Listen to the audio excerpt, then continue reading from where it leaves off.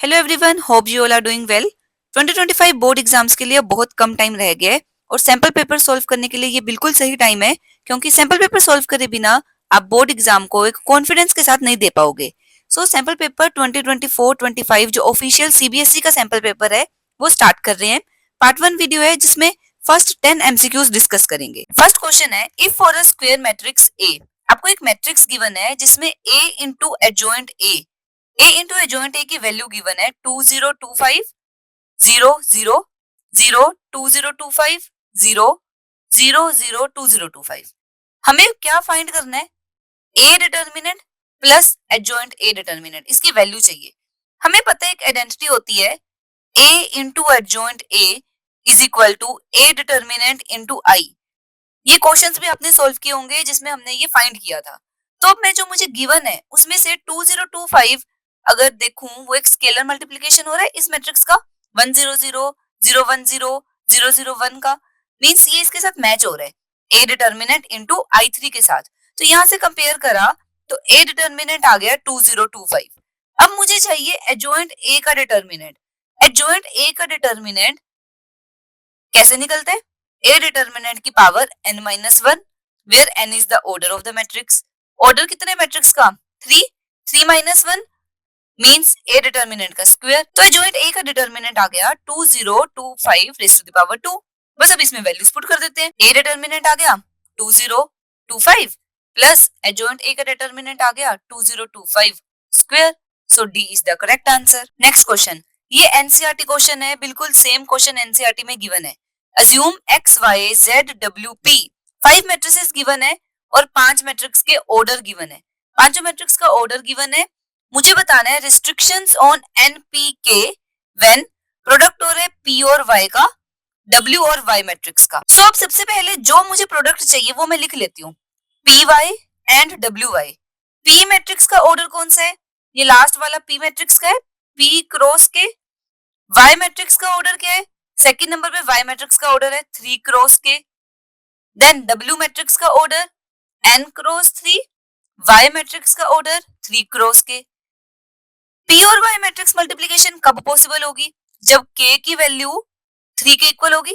k is equal to 3 means मुझे यहाँ से k की वैल्यू पता चल गई। साथ में ये वाला रिजल्टेंट मैट्रिक्स का ऑर्डर होगा p क्रॉस के। मैं रिजल्टेंट मैट्रिक्स का ऑर्डर भी लिख रही हूँ। ऐसे ही यहाँ पर 3 और 3 तो मैच हो रहे, मीन्स रिजल्टेंट मैट्रिक्स का ऑर्डर होगा n क्रॉस के। अब ये दोनों मैट्रिक्स का प्लस एडिशन हो रहा है। एडिशन कब पॉसिबल है? जब दोनों मैट्रिक्स के ऑर्डर सेम है। नंबर ऑफ रोज की इक्वल होने चाहिए, means p is equal to n। So मेरे पास दो रिस्ट्रिक्शंस आ गई, p is equal to n and k is equal to 3। अब मैच कर लेते हैं किस ऑप्शन में ये रिस्ट्रिक्शन गिवन है। सो अगर ऑप्शन ए देखें, k is equal to 3, p is equal to n, so ये करेक्ट आंसर हो गया, answer A. Third question, the interval in which function f x equal e की एक्स इज स्ट्रिक्टली इंक्रीजिंग। मुझे increasing को decreasing check करना है, derivative निकालूंगी। F x है ई की power x, so f dash x क्या होगा? ई की पावर एक्स। अब ये तो हमेशा ग्रेटर देन जीरो रहने वाला है। मैं आर में से कोई भी वैल्यू, रियल नंबर में से कोई भी वैल्यू पुट कर दूं, मेरे पास ये फंक्शन हमेशा ग्रेटर देन जीरो रहने वाला है। मींस ये माइनस इन्फिनिटी से plus infinity complete number line पर स्ट्रिक्टली इंक्रीजिंग होगा। So correct answer is C part, from minus infinity to plus infinity. Fourth question is, if A and B are non singular matrices of same order. A और B दो matrices है जिनके determinant zero नहीं है, non singular है, order same है, with determinant A is equal to 5। मुझे ये कैलकुलेट करना है, B inverse A B whole square का डिटर्मिनेंट। ये ऑब्जर्व किया होगा आपने। अभी हम फोर्थ क्वेश्चन पर पहुंचे हैं और मैट्रिसेस के थर्ड एमसीक्यू को हम देख रहे हैं। मींस मैट्रिसेस हो चाहे डिटर्मिनेंट हो चाहे मल्टीप्लिकेशन हो, मल्टीप्लिकेशन ऑफ मैट्रिसेस, एमसीक्यू इसमें से जरूर आते हैं। अब क्वेश्चन स्टार्ट करते हैं। मुझे कैलकुलेट करना है determinant of B inverse A B square. इसे मैं इस तरीके से लिख सकती हूँ, B inverse A B square का डिटर्मिनेंट, या इसको इस तरीके से भी लिख सकती हूँ, B inverse determinant A determinant B determinant whole square, कोई फर्क नहीं पड़ेगा। बी इनवर्स और बी, इन दोनों के डिटर्मिनेंट का प्रोडक्ट क्या होगा? हमें पता है B inverse into B I होता है, तो B inverse determinant into B determinant is equal to I का डिटर्मिनेंट, और आई का डिटर्मिनेंट 1 होता है। Means B inverse into B, इन दोनों के डिटर्मिनेंट का प्रोडक्ट हो गया 1। मेरे पास सिर्फ ए डिटर्मिनेंट बच गया, ए डिटर्मिनेंट का स्क्वायर। ए डिटर्मिनेंट के स्क्वायर की वैल्यू पुट कर देते हैं जो कि मेरे पास 5. So answer is 5 square. That is option number B. So 5 square is the correct answer. Next question. The value of n such that एक मुझे differential equation given है is homogeneous. मुझे ये homogeneous given है equation, मुझे बताना है n की वैल्यू. अब याद करो homogeneous equation होती क्या है. Differential equation homogeneous कब होगी जब वो y by x की फॉर्म की होगी. कुछ y by x फॉर्म बनेगी dy by dx is equal to function of x and y और साथ में डिग्री होगी 0. बनाते हैं इस इक्वेशन को. x की power n dy by dx equal y log y minus log x. ये 1 को लिख रही हूँ log e to the base e. कोई दिक्कत नहीं है. log e to the base e होता है log e by log e. Base changing formula होता है ये, तो 1 ही आता है. मींस मैं 1 को लिख सकती हूँ log e to the base e which is equal to y. अब हमें पता है ये दोनों माइनस में पड़े हैं ना, मींस ये है log y by x. log y by x minus के साथ खुलता है plus log e to the base e. Plus में है तो ये प्रोडक्ट होगा y by x into e. Left side पर x की power n dy by dx पड़े. अब मैं क्या कर रही हूँ, ये x की n को उठाकर इस y के नीचे लेकर आऊंगी. मींस y अपॉन x की power n is equal to dy by dx. अब मुझे पता है होमोजीनियस इक्वेशन में dy by dx is equal to function of x, y होता है जहां पर y by x की फॉर्म बनती है. अब ये भी y by x की फॉर्म होनी चाहिए. ये तो बन गई y by x की फॉर्म. इसे y by x की होने के लिए n की वैल्यू क्या होनी पड़ेगी 1. So answer is B part. Correct answer मिल गया 1. Next question. If point x1 y1 x2 y2 x1 plus x2 y1 plus y2 are collinear then x1 into y2 is. फिर से मैट्रिसेस चैप्टर से question आ रहा है. Determinant की application area of triangle वाली एक्सरसाइज का क्वेश्चन है. मुझे क्या गिवन है, कोलिनियर है. कोलिनियर मींस सेम लाइन पर. जब पॉइंट सेम लाइन पर होंगे एरिया ऑफ ट्रायंगल 0 होगा. मींस डिटर्मिनेंट की वैल्यू 0 होनी चाहिए. वो यूज करेंगे कंसेप्ट. क्या फॉर्मूला होते हैं, x1 y1 1 x2 y2 1 x1 plus x2 y1 plus y2 1 और ये डिटर्मिनेंट होता है 0. अब इस डिटर्मिनेंट को एक्सपेंड कर दो. x1 लिखा, x1 को छुपाया, ये बचा y2 1 y1 plus y2 1 minus y1 लिखा, y1 के अबाउट एक्सपेंड करा, ये छुपेगा x2, ये टर्म्स बचेगी, ये 4 terms x2 1 x1 plus x2 1 then plus 1. जब प्लस 1 लिखा ये बचेगा. आई होप आपको डिटर्मिनेंट निकालने में कोई दिक्कत नहीं होगी. x1 plus x2 y1 plus y2 is equal to 0. Solve कर लो. x1 ये इसके साथ मल्टीप्लाई में हुआ, y2 ये इधर मल्टीप्लाई हुआ, माइनस बीच में माइनस का साइन आता है, y1 plus y2 minus y1 x2 multiply हुआ, x2 minus x1 plus x2 plus 1 into x2 के साथ ये वाला product y1 plus y2 minus y2 के साथ ये वाली term x1 plus x2 is equal to 0. अब बस इसे सॉल्व कर लेते हैं और हमें हमारा आंसर मिल जाएगा. x1 ये ब्रैकेट सॉल्व कर रही हूँ, x1 y2 minus y1 minus y2 अंदर के साइन चेंज हो गए, माइनस y1 x2 माइनस इन दोनों के साइन चेंज हो गए, minus x1 minus x2 plus 1 into ये इसके साथ मल्टीप्लाई हुआ x2 y1 plus x2 y2 minus y2 के साथ x1 जाएगा, y2 x1 minus y2 x2 is equal to 0. y2 से y2 कैंसल, x2 से x2 कैंसल, मेरे पास बचा x1 y1 with negative sign, minus का साइन था, यहाँ पर नेक्स्ट टर्म में माइनस माइनस प्लस हो गया, plus x1 y1 plus x2 y1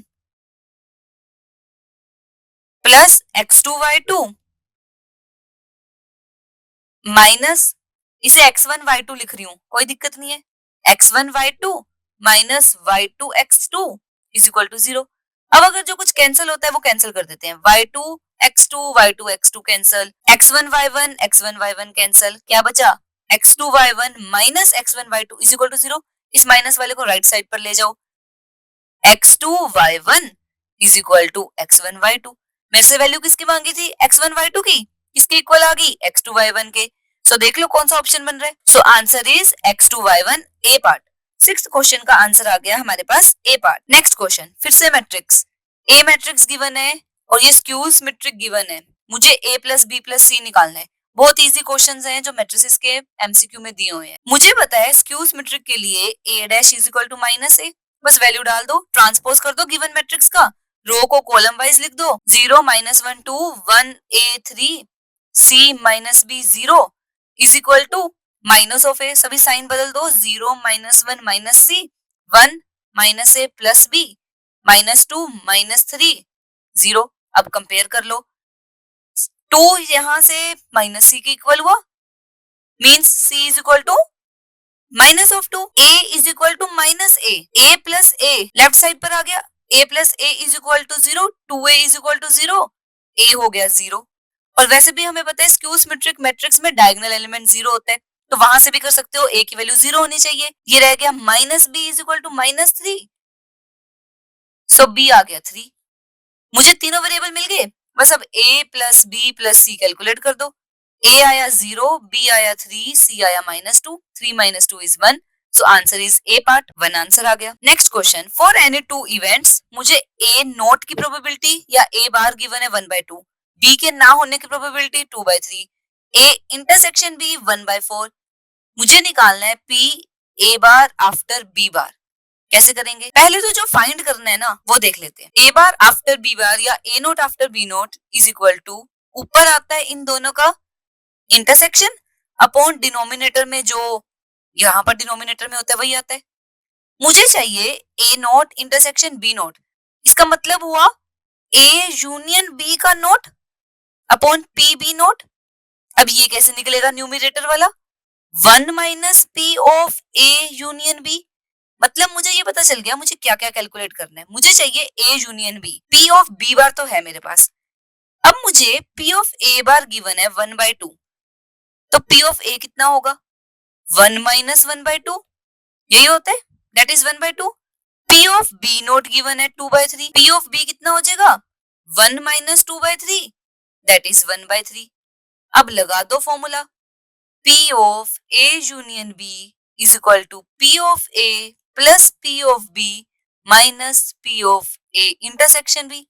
मुझे p of a union b चाहिए, p ऑफ a है 1/2, p ऑफ b है 1/3 माइनस a इंटरसेक्शन b है 1/4। 2, 3 और 4 का LCM 12, 12 divided by 2 6, 12 divided by 3 4, 12 divided by 4 3, 6 plus 4 10, 10 minus 3 7/12। तो मेरे पास p of a union b आ गया 7/12, 1 minus p of a union b 1 minus 7/12, that is 5/12। Value आ गई 5/12, पुट कर दो, 5/12 upon p of b not 2/3, solve कर लेंगे आंसर आ जाएगा, विच इज इक्वल टू 5/12, जो डिनोमिनेटर में है 2/3 इसका रेसिप्रोकल हो गया 3/2, 3 के टेबल पर 1 पर, 4 पर, 5/8, so answer is 5/8 C part. Next question, value of alpha if angle between P and Q is obtuse angle. मुझे गिवन है P वेक्टर, Q वेक्टर और उन दोनों के बीच में एंगल ऑब्ट्यूज है, तो मुझे अल्फा की वैल्यू बतानी है किस रेंज में लाई करेगी। सबसे पहले तो कोस अल्फा, देखो उन्होंने बोला एंगल ऑब्ट्यूज है, ऑब्ट्यूज एंगल है तो cos alpha would be negative less than 0, 0 से छोटा होगा। अगर कोस अल्फा लेस देन 0 है तो P और Q का डॉट प्रोडक्ट भी लेस देन 0 होगा, P dot Q should be less than 0। तो कैलकुलेट कर लेते हैं P डॉट Q।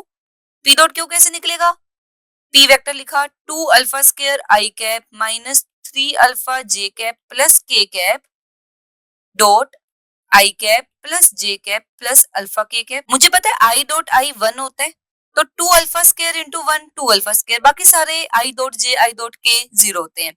ऐसे 3 अल्फा 1 के साथ मल्टीप्लाई होगा, माइनस 3 अल्फा 1 अल्फा के साथ होगा, plus 1 alpha is less than 0, 2 alpha square minus 3 alpha plus 1 alpha minus 2 alpha, 2 alpha common, alpha minus 1 less than 0, ये 2 को उठाकर लेफ्ट साइड से राइट पर ले आओ, 0/2 0 हो गया, alpha into alpha minus 1 less than 0। क्या मिल रहा है मुझे, दो नंबर्स का प्रोडक्ट लेस देन 0 है।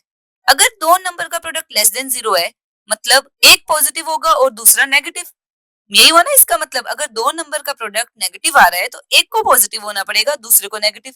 अगर अल्फा लेस देन 0 है तो अल्फा माइनस 1 ग्रेटर देन 0 होगा। इसका रिवर्स, अल्फा ग्रेटर देन 0 होगा तो अल्फा माइनस 1 लेस देन 0। एक पॉजिटिव दूसरा नेगेटिव। अब चेक करते हैं नंबर लाइन पर। ये मेरी नंबर लाइन है 0 1। ये कह रहे हैं alpha less than 0, alpha less than 0, ये वाली साइड बनी। अल्फा माइनस 1 ग्रेटर देन 0 मतलब alpha is greater than 1, alpha is greater than 1 तो ये वाली साइड बनी राइट साइड पर। ये दोनों उल्टे डायरेक्शन में बात कर रहे हैं तो ये तो पॉसिबल ही नहीं है। यहाँ पर देखते हैं अब सेकंड सिचुएशन, ये 0 ये 1, alpha greater than 0 right side पर जाएगा, अल्फा लेस देन 1 1 से कम 1 के लेफ्ट में आएगा, तो यही रीजन शेड हुआ। मींस 0 से बड़ा 1 से छोटा, ये तो हो सकता है, ये नहीं हो सकता 0 से भी छोटा और 1 से भी बड़ा हो, ये तो दोनों उल्टी बातें होगी।